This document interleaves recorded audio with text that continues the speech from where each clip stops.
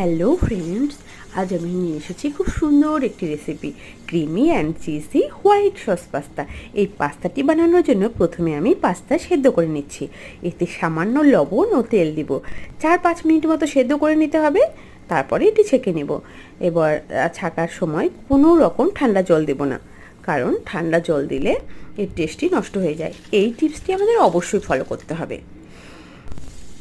এবার কড়াইটি ভালো করে গরম করে নিয়ে এতে আমি বাটার দিয়ে দিয়েছি।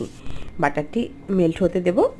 এবার হচ্ছে অল্প ময়দা দেবো এর সাথে, ভালো করে একটু নেড়ে নেব। এটা একটা হ্যান্ড ব্লেন্ডার নিয়ে নিয়েছি, এটা দিয়ে খুব সুন্দর করে মিশিয়ে নেব।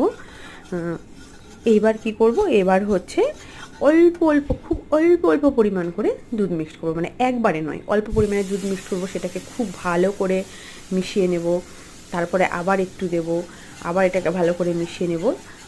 বেশ ভালো করে মিশিয়ে নিতে হবে যাতে কোনো রকম ডেলা পাকিয়ে না যায়। আর হ্যান্ড ব্লেন্ডারটা পুরো রান্নায় ইউজ করতে হবে, এই জন্যই যে যাতে কোনো রকম ডেলা পাকিয়ে না যায়, আর খুব সুন্দর যেন ভালো করে যেন মিক্সড হয়।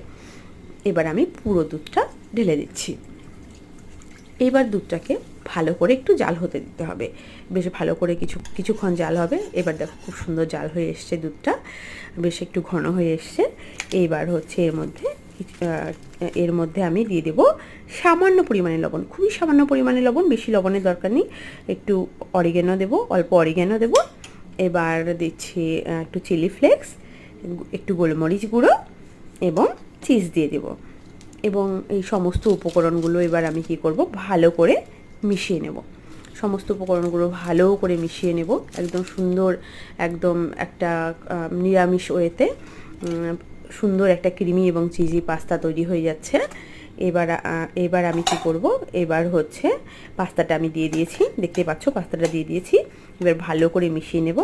ব্যাস রেডি হয়ে গেল সুস্বাদু মজাদার হোয়াইট সস পাস্তা। বেশ, এবার প্লেটে ঢেলে সার্ভ করার পালা। ভীষণ টেস্টি, ভীষণ ভালো খেতে।